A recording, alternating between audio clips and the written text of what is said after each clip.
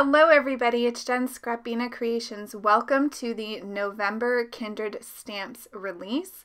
Today I'm using a new stamp set which is part of the release called Play Pretend. So this stamp set is absolutely adorable.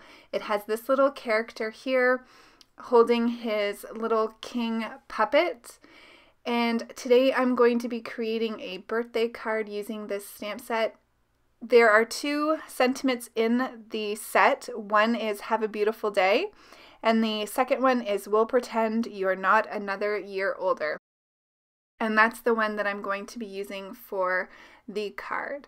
So I'm just coloring up a very light skin tone on my little character. We'll just say that he is the likeness of my favorite neighbor. So I used E13, E11, and E00. Now I'm just coloring up his adorable plumpy little lips using R20 and R30. I'm going to be doing a salt and pepper hair color for my little neighbor here.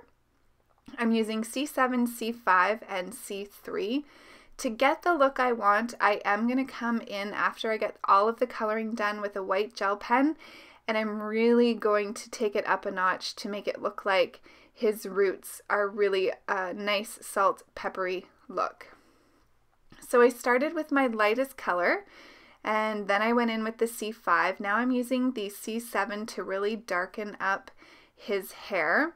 I'm going to do that a second time, going back from lightest to darkest until I get the color that I want.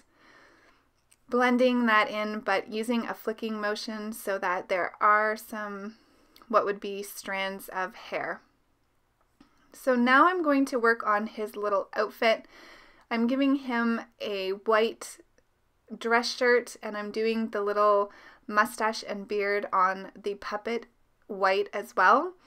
I decided to give him some khakis, so I'm using E13, E53, and E51 for his pants.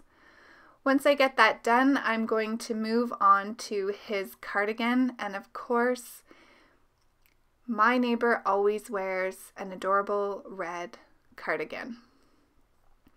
So I'm going to color him up with R59, R29, and R24 to give a nice, almost a maroony kind of red sweater here. And so I'm just doing darkest on the outer sides and then down the middle where his buttons would be. And then I'm going to finish that out blending with the other two colors.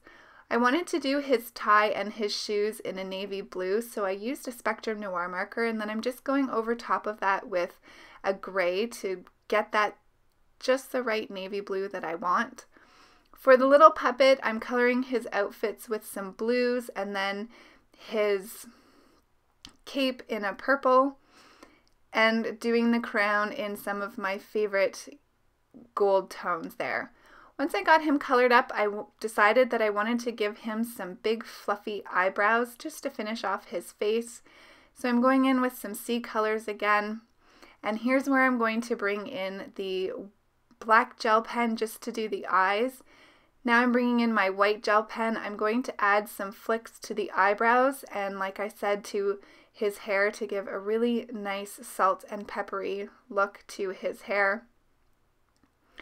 I'll add some details to the puppet as well, and then I'll go back in and I'll add some white dots to the eyes just to bring in some brightness to the eyes. I did do it on the puppet, but the eyes were so tiny that I end up going back over with the black gel pen and just leaving those black for the puppet. So now I'm going to create the card. I'm using the Shut the Front Door die set from Lawn Fawn. I've already gone ahead and cut out my pieces. The door, I'm using some Nina Desert Storm. Now this could be an interactive card if you wanted to have the door open. For today, I just wanted to use it as a flat element on my card, so I'm just using some Scotch tape there to adhere the door panel to the door. I'm bringing out my Distress Oxides in Walnut Stain and Tea Dye, and I'm going to add some Distress ink to my door just to give it some added color and dimension. So I'm going over first with the tea dye, and then I'm going to bring in some of the darker walnut stain around the edges and then a little bit on the door panel itself. The white paper that you can see in the back is just a laminated sheet of cardstock that I use often when I'm doing ink blending. I find it really easy to blend on, and it's also super easy to clean up. So I have my door done. Now I'm going to work on adding a little bit of something extra to the door. I'm using some Scor tape here, and I'm going to add a little piece of acetate behind the window. This is a very clean and simple card, so I just wanted to add a little something extra, and you can catch the shine from that acetate on the card when it hits the light the right way.